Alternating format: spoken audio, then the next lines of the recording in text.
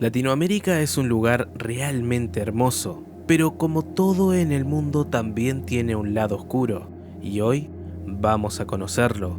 Así que sean todos bienvenidos al lado oscuro de Latinoamérica.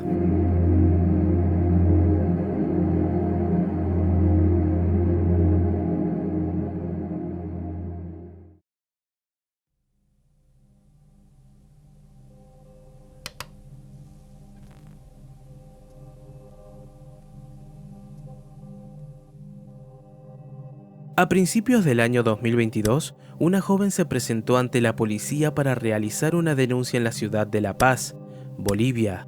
Según su testimonio, había comenzado a mantener contacto con un hombre mediante redes sociales, lo que finalmente derivó en un encuentro físico en un hotel alojamiento. Pero al llegar al lugar fue abordada por un hombre completamente distinto al que ella había conocido. Él mismo se presentó ante ella como un policía. Incluso le llegó a mostrar algunas credenciales para terminar de intimidarla. Claramente algo no andaba bien, pero todo iba a tornarse aún peor. El supuesto policía comienza a acusarla falsamente de estar involucrada en delitos graves como por ejemplo el narcotráfico y la trata de personas. Acto seguido comienza a amenazarla con detenerla y enviarla a prisión, asegurando tener pruebas en su contra y una investigación en curso. La joven se encontraba totalmente confundida. Había sido invadida por un miedo extremo que la terminó obligando a ceder ante el supuesto policía. Y una vez logrado esto, él mismo la terminó obligando a mantener relaciones sexuales con él a cambio de su silencio. Luego de todo lo antes mencionado, la joven logró salir con vida de aquel hotel, aún bajo amenazas por parte del supuesto policía, quien insistió en enviarla a prisión si llegaba a contar algo de lo ocurrido. Pero finalmente, con el correr de las horas, la joven terminó procesando todo y comprendiendo que no se trataba de un policía real, incluso llegando a identificar algunas inconsistencias en el relato del agresor. Y es ahí cuando volvemos al punto de partida. La policía toma su testimonio e inician una investigación rápida para intentar dar con el hombre. De inmediato se presentaron en el hotel alojamiento y comenzaron a interrogar a encargados, revisar registros de ingreso y sobre todo analizar quién ocupaba las habitaciones. Mientras tanto, con ayuda de la víctima se armó un perfil falso del victimario, aprovechando que el encuentro cara a cara había roto el anonimato del hombre, facilitando así la realización de un identikit. Finalmente se montó un operativo en el hotel alojamiento a la espera de que aquel hombre, aún sin identidad confirmada, aparezca en el lugar. Y así fue como el 24 de enero de 2022 lograron capturarlo cuando se hizo presente en el hotel a la espera de una nueva víctima. El mismo fue identificado como Richard Choque Flores, de 32 años de edad, pero su detención sería apenas la punta del iceberg, ya que al comenzar a revisar sus antecedentes, se encontraron con algo realmente macabro. Verán, al revisar sus antecedentes se dieron cuenta de que este no se trataba de un hecho aislado, ya que en el pasado Richard Choque había sido condenado por un hecho similar, con la diferencia de que en aquel caso su víctima no logró sobrevivir. Corría el año 2013 cuando Blanca Rubí Limachi, de 20 años de edad, desapareció de su casa.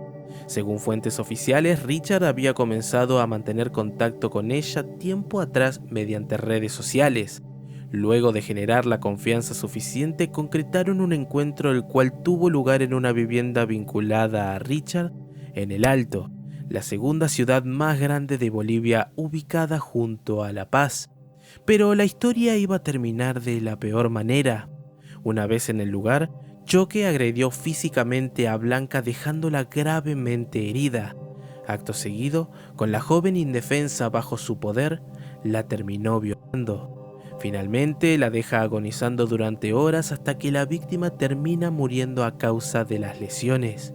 Pero esto no sería todo, ya que en un acto totalmente premeditado, Choque cavó una fosa en el patio de la misma vivienda donde asesinó a Blanca para enterrar y ocultar su cuerpo. Mientras tanto, la desaparición de la chica había encendido las alertas en su entorno familiar, por lo que se dio inicio a una búsqueda y denuncia para intentar encontrarla lo más rápido posible. Lo cierto es que los investigadores no tardaron mucho en apuntar hacia Richard Choque debido al vínculo previo entre él y la víctima. Así que se presentaron en su domicilio para intentar dar con Blanca, a quien lamentablemente encontraron sin vida tras excavar en la tierra removida en el patio. Choque fue detenido inmediatamente con pruebas de sobra para poder meterlo en la cárcel de por vida. Así fue como en el año 2015, por el femicidio de Blanca, Richard fue sentenciado a 30 años de prisión sin derecho a indulto, la pena máxima en Bolivia. Aunque este no sería su fin, el reinado de terror de Richard Choque apenas estaba comenzando. El 24 de diciembre de 2019, en vísperas de las Navidades, ocurrió algo inesperado. El juez Rafael Halcón Aliaga ordenó la inmediata salida de prisión para Richard Choque.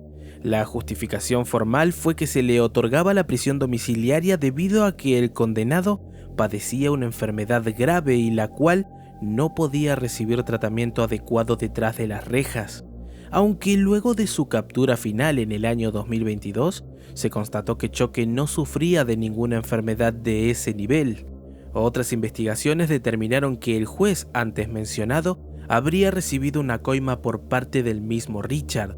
El monto fue de $3.500 más una botella de whisky como agradecimiento por aceptar el trato. Con todo esto, Choque recuperó la libertad y volvió a vivir en el Alto. Pero como imaginarán, la prisión domiciliaria que debía cumplir jamás fue monitoreada, por lo que Richard se movía libremente por las calles del Alto y La Paz, al mismo tiempo que retomó su actividad criminal, pero esta vez con un modus operandi. Primero creaba perfiles falsos en distintas redes sociales. En muchos casos se hacía pasar por mujer para reducir lo más posible la percepción de peligro por parte de sus potenciales víctimas. Se contacta con mujeres jóvenes a quienes en su mayoría ofrecía entrevistas de trabajo. Una vez en el lugar, todo se daba de forma distinta. Choque se presentaba como policía, abogado, militar y demás personalidades, adoptando un tono autoritario, tono que utilizaba para comenzar con el engaño típico en cada una de las ocasiones. Les decía que estaban implicadas en delitos, afirmaba tener pruebas y amenazaba con llevar a cabo una detención. De esta forma lograba someter a sus víctimas generando en ellas shock, confusión y una sumisión psicológica inmediata. Finalmente, bajo esa presión, las obligaba a mantener relaciones sexuales con él. En algunos casos llegaba incluso a grabar o tomar fotos que luego utilizaría para mantenerlas amenazadas, asegurándose así que no hagan una denuncia ni investigación en su contra, además de extorsionarlas pidiéndoles dinero a cambio de no difundir las imágenes o de no detenerlas o denunciarlas por los supuestos casos en los que estaban implicadas. Todo dependía de la personalidad que Choque adoptase en ese momento. De esta forma se convirtió en un femicida y violador serial. Nadie lo denunciaba, nadie controlaba si estaba cumpliendo su condena o no. Básicamente tenía vía libre para hacer lo que quisiera durante años, totalmente impune. Y es así como nuevamente volvemos al punto de partida, ya que finalmente, como mencionamos al inicio de este caso, una de sus víctimas tuvo la valentía de denunciarlo y ocasionar su detención final. Como dijimos al inicio, Richard Choque fue detenido en las inmediaciones de un hotel alojamiento en La Paz, pero para este tiempo su vivienda estaba ubicada nuevamente en el Alto, así que fue ahí donde los investigadores se dirigieron para llevar a cabo un allanamiento, y donde, tal como ocurrió en el año 2013 en el caso de Blanca, volvieron a notar tierra removida en su patio. Finalmente se encontraron con los cuerpos de dos adolescentes enterradas en el lugar, Lucy Maya Ramírez, de 17 años, e Iris Maylin Vizca, de tan solo 15 años de edad. Pero esto no sería todo. Verán, como mencioné antes, Richard Choque había desarrollado un modus operandi bastante marcado y definido. Y si bien sus víctimas no realizaron denuncias por el miedo que éste les generaba, lo cierto es que no tardaron en atar cabos cuando finalmente en las noticias se reveló el método que Choque empleaba. Fue así como de golpe decenas de casos fueron denunciados inmediatamente ante la justicia, todos apuntando contra Richard Choque, lo que permitió probar y determinar que desde que volvió a operar de forma delictiva, Richard Choque Flores habría violado a por lo menos 77 mujeres.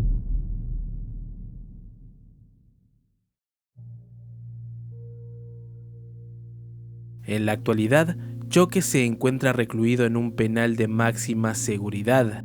Ahí está cumpliendo su condena vigente, 30 años de prisión sin derecho a indulto. Esta vez esperemos sin posibilidades de salir de la cárcel, donde se espera que esté encerrado hasta el año 2052. Por el momento, este sería el fin de Richard Choque Flores, a quien los medios apodaron como el monstruo de Bolivia.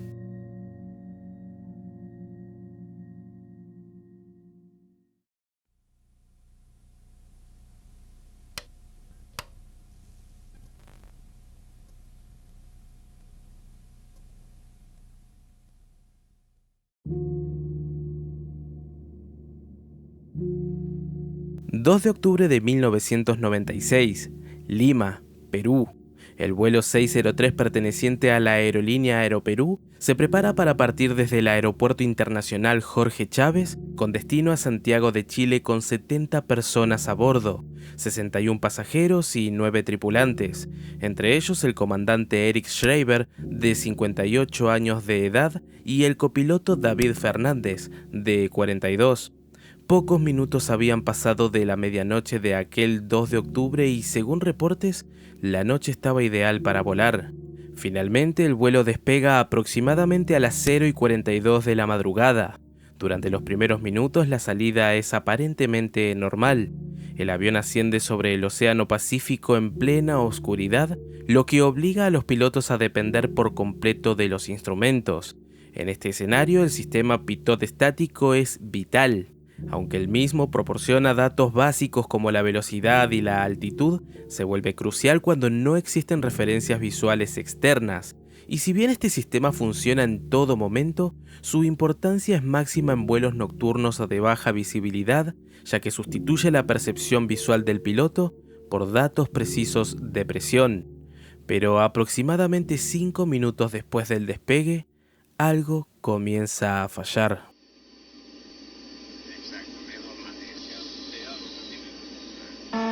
Wind shear, wind shear.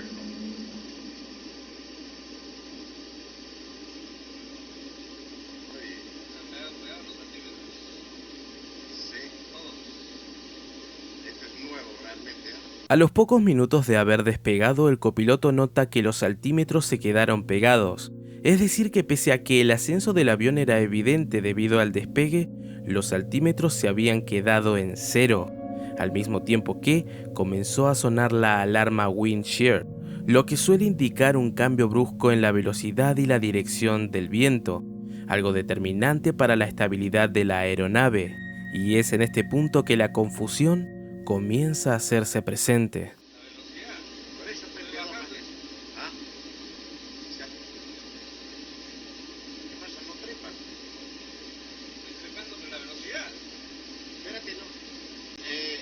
Ponle 10 grados, estamos bajando.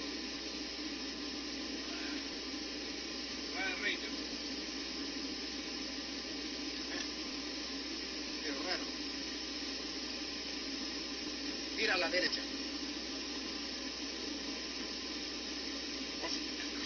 Sube. Sube, estás bajando. David. Estoy arriba, la velocidad. Sí, pero se ha trancado. La velocidad, vamos a instrumentos básicos. Se ha ido toda la mierda. El copiloto intenta hacer ascender aún más el avión, Pero el comandante a bordo notaba que en los altímetros figuraba que la aeronave no solo que no subía, sino que incluso comenzaba a descender, lo que generó aún más confusión y desconcierto entre ambos. Ninguno entendía qué estaba pasando, pero algo era claro: los instrumentos estaban arrojando datos erróneos y contradictorios constantemente, por lo que de inmediato deciden contactar con la torre de control para declarar emergencia. Torre, Aeroperú 603. Estamos en emergencia. Torre, Aeroperú 603. Aeroperú 603, torre, prosigan. Declaramos emergencia, no tenemos instrumentos básicos, ni altímetro, ni velocímetro. Declaramos emergencia. Recibido, altitud. No tenemos, tenemos hasta 1000 pies aproximadamente. Da la velocidad, por favor, si nos ven el radar. Sí, afirmativo, atento 10 segundos. Parece que está subiendo porque se reserva con nivel 60 a 22 millas al sur. Y está volando con un rumbo de 195. Ok, tenemos bien eso, el 190, tenemos rumbo 190 y tenemos el altímetro 6000 pies. Sí, correcto, 70 está alcanzando ahora. Tenemos problemas de controles también, Ok, el recibido. Luego de declarar emergencia con la torre de control y explicar que no tienen noción de la altura, dirección y velocidad a la que iban, el copiloto comienza a pedir que desde la torre les brinden los datos reales según sus radares en tierra, a lo que el operador responde de forma positiva. Al darle los primeros datos, notan que son bastante similares, lo que genera un poco de calma. El problema con esto era que el operador de la torre de control estaba recibiendo los mismos datos erróneos que recibían los tripulantes en sus sistemas defectuosos. De esta forma se rompió la última referencia externa confiable y, peor aún, ni los tripulantes ni el operador de la torre de control sabían que los datos eran erróneos, por lo que al mismo tiempo que creían que habían logrado estabilizar el avión y mantenerlo a 12.000 pies de altura, el mismo estaba descendiendo poco a poco. Todos los datos eran erróneos. Básicamente, estaban volando a ciegas. Correcto, vamos. Tenemos problemas acá de lectura de instrumentos. Vamos a tener que ayudar en altitudes y velocidades. Ok, recibido. Voy a tratar de bajar contado cortado.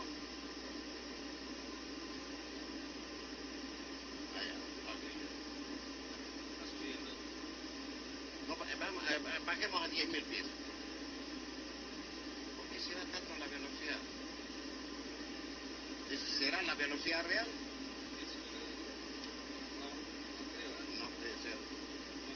¿Se indica la velocidad, por favor? Diga 320. Correcto. Tenemos todos los motores cortados y está acelerando y acelerando. Ok, recibido. De repente, a ver. Está la velocidad bien, los tres indicadores están bien en velocidad. Pasa. Overspeed. Exacto, está la velocidad. Warning. No puede ser, pues. ¿Cuál será la velocidad real? Está bien la velocidad. Eso. Pero con poder cortado, no puede ser, pues con poder cortado. El avión comienza a perder el control total, ya que el velocímetro marcaba que iban cada vez más rápido y que incluso corrían riesgo de estallar, por lo que deciden poner los motores al mínimo para intentar frenarlo.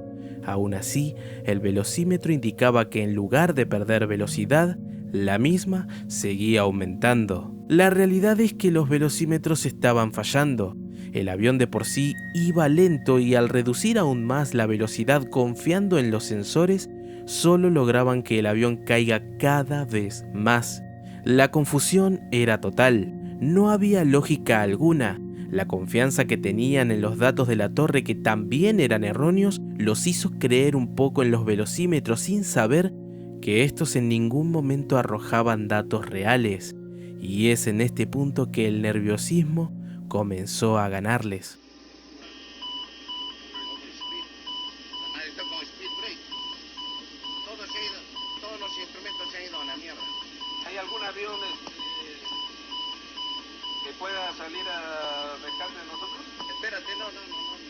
Sí, correcto, vamos a coordinar de inmediato. Está coordinando de inmediato. ¿Un avión que nos pueda servir de guía, algún Aeroperú que esté por ahí, algo?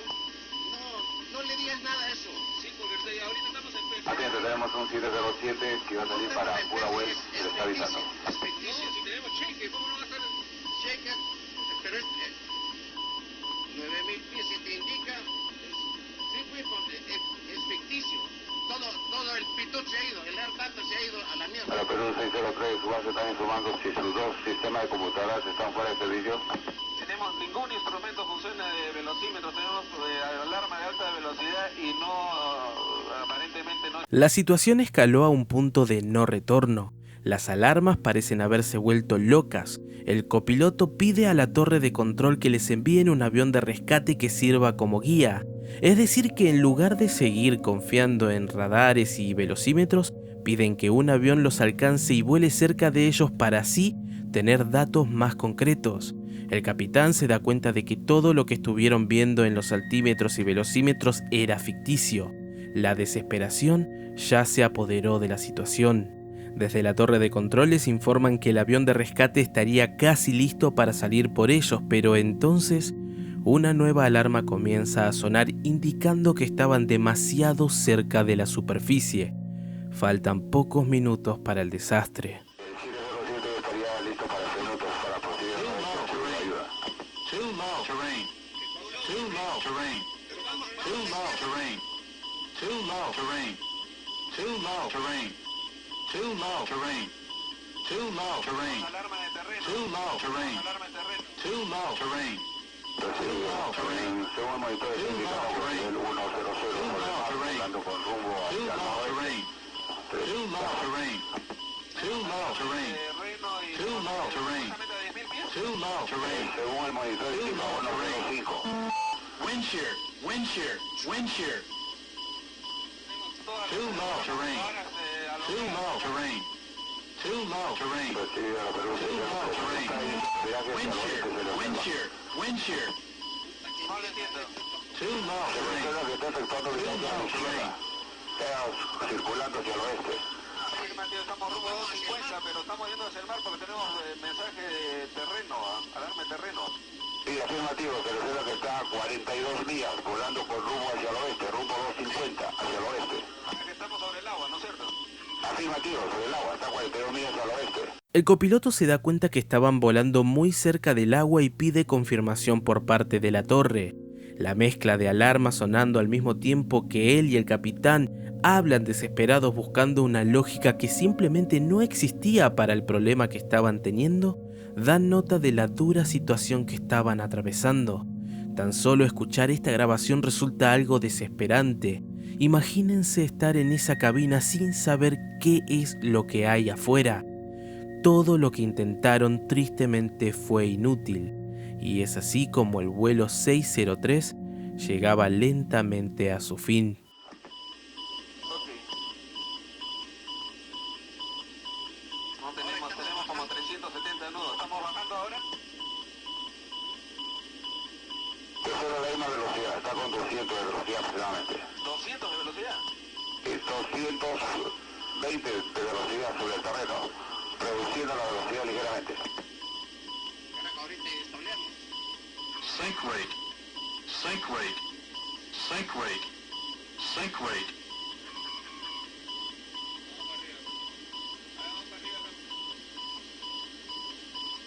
¿Tú estás agarrando? No. Vamos para arriba un poco para ver. Sí, estoy. ¿Cómo sabemos la velocidad que tenemos?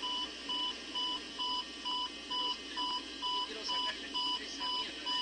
El overspeed no puedes. A ver, cambia tú tu vaina. Es verdad, no, pero si está volando bien, no tengo si no me va la mierda. Pero ¿cómo puede estar volando con esta velocidad si estamos bajando con todo el poder cortado? Se forma altura, por favor, porque tenemos el claim que no... Too low terrain.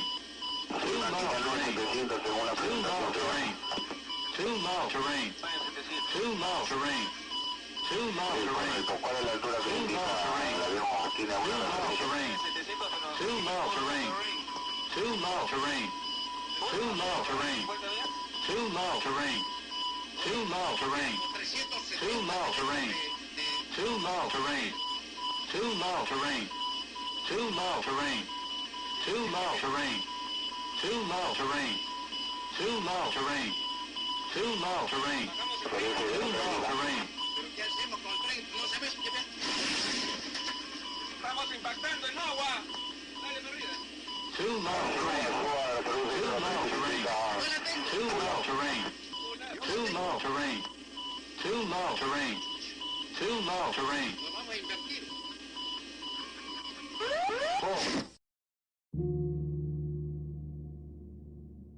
El vuelo 603 de Aeroperú terminó invirtiéndose e impactando contra el Océano Pacífico aproximadamente a las 1:10 de la madrugada. No hubo sobrevivientes. Las 70 personas a bordo perdieron la vida aquel 2 de octubre de 1996.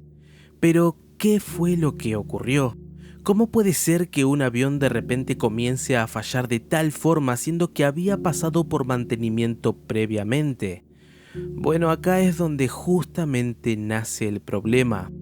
Verán, cuando recuperaron algunos restos del avión, se encontraron con un detalle que fue el que provocó todo el desastre. Y es que aparentemente durante tareas de mantenimiento, algunos técnicos cubrieron con cinta adhesiva los puertos estáticos del avión, unos pequeños orificios en el fuselaje encargados de medir la presión del aire exterior. Esa presión es fundamental para calcular datos esenciales como la velocidad y la altitud. De esto dependen los instrumentos que funcionarían como los ojos del avión durante aquella noche. Aquel pedazo de cinta fue puesto para cubrir aquella área para no afectarla al momento de realizar el mantenimiento, pero en un acto de negligencia total, olvidaron retirarla tapando y bloqueando los sensores, ocasionando que al momento del vuelo, estos transmitan datos erróneos al capitán y el copiloto. Lo peor de todo es que la cinta era del mismo color metálico que el fuselaje de la nave, por lo que incluso en la revisión previa antes de despegar, fue imposible notar que se encontraba ahí. Como dato no menor, de todas las falsas alarmas que sonaron durante el breve vuelo, la única que no mentía era la del terreno, aquella que les avisaba que estaban cerca de la superficie. Esto dado que, a diferencia del sistema pitot estático, esta utiliza sensores independientes para detectar la cercanía del avión con la superficie. Tiempo después de la tragedia, Aeroperú se declaró en bancarrota debido a las dificultades financieras que tenían. Si bien el accidente no fue la única causa de la quiebra, el mismo sí logró agravar fuertemente la situación. Un caso realmente triste y a su vez algo perturbador, teniendo en cuenta que la caída del vuelo 603 ni siquiera se debió a un desperfecto de la aeronave, sino más bien a un error externo y la negligencia del personal de mantenimiento. Pero lo que me interesa saber a mí es qué opinan ustedes sobre todo lo que vieron el día de hoy. Existen muchísimos casos oscuros ocurridos en Latinoamérica que quedaron fuera de este envío, pero dependerá del apoyo que le brinden a este video y de sus comentarios para saber si quieren que hagamos de esta sección una nueva serie. Así que espero leerlos a todos. Pueden seguirme en Instagram, donde acabamos de llegar a la humilde suma de 4000 seguidores.